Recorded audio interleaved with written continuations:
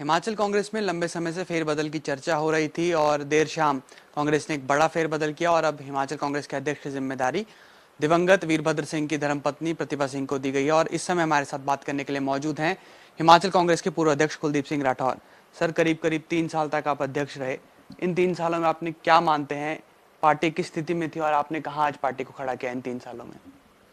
देखिए, जब मुझे प्रदेश कांग्रेस का अध्यक्ष बनाया गया उस वक्त पार्टी में सब कुछ ठीक नहीं था। लेकिन इन 3 वर्षों में एक बहुत लंबा संघर्ष रहा पार्टी को इकट्ठा करने का, पार्टी को एकजुट करने का। और बीच में कोरोना का समय भी आया और उस समय भी हमें जो है सक्रियता दिखानी थी। और भारतीय जनता पार्टी की देश में सरकार है, हिमाचल में सरकार है, उस सरकार के जन विरोधी निर्णयों के खिलाफ भी हमें सड़कों में उतरना था। और हमने सारे काम बाखूबी किए और मैंने प्रदेश में कांग्रेस पार्टी को इकट्ठा किया, एकजुट किया। उसका ये परिणाम रहा कि हम जो 4 नगर निगम के चुनाव हुए उसमें 2 में हमारी भारी जीत हुई। और उसके बाद बहुत बड़ी चुनौती थी, जो एक पार्लियामेंट का और 3 विधानसभा के जो उपचुनाव थे। भारतीय जनता पार्टी के पास धनबल था, 2 सरकारें थी, डबल इंजन की सरकार थी।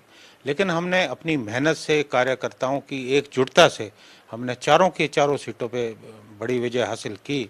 और एक विधानसभा क्षेत्र में तो भारतीय जनता पार्टी की जो है जमानत तक जब्त हुई और पूरे देश में एक सार्थक संदेश गया कि भारतीय जनता पार्टी को हराया जा सकता है। और हिमाचल में हमने ये करके दिखाया।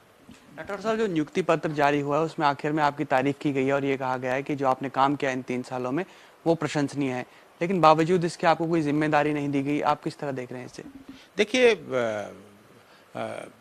अब मैं आज श्रीमती सोनिया गांधी जी से मिला क्योंकि मुझे अपने बेटे की शादी का निमंत्रण पत्र उन्हें देना था। तो राजनीतिक तौर पे भी मेरी उनसे बात हुई। वो बहुत ज़्यादा मेरे काम की उन्होंने तारीफ़ की।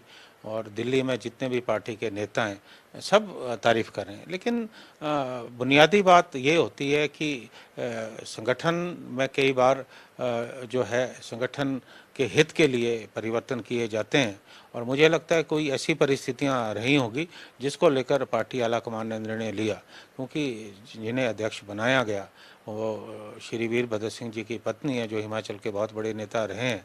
और ये भी दिमाग में बात रही होगी कि क्योंकि वो सांसद है, वो सांसद के नाते वो चुनाव नहीं लड़ेगी और पूरे प्रदेश में प्रचार कर सकती है। तो बहुत सारी ऐसी बातें जो हमारे जो केंद्रीय नेता हैं उनके दिमाग में रही होगी और इसलिए परिवर्तन हुआ होगा। जहाँ तक मुझे जिम्मेवारी देने की बात है, मुझे जो है श्री राहुल गांधी जब पार्टी के अध्यक्ष थे, राष्ट्रीय अध्यक्ष थे, उन्होंने बहुत बड़ी जिम्मेवारी दी और एक चुनौती थी और उस जिम्मेवारी को मैंने पूरा करके दिखाया, अपने आप को साबित करके दिखाया। अब रही बात आगे की, वो पार्टी आलाकमान को तय करना है। लड़ेंगे तो किस सीट से आपने सोचा है कि चुनाव लड़ सकते हैं आप?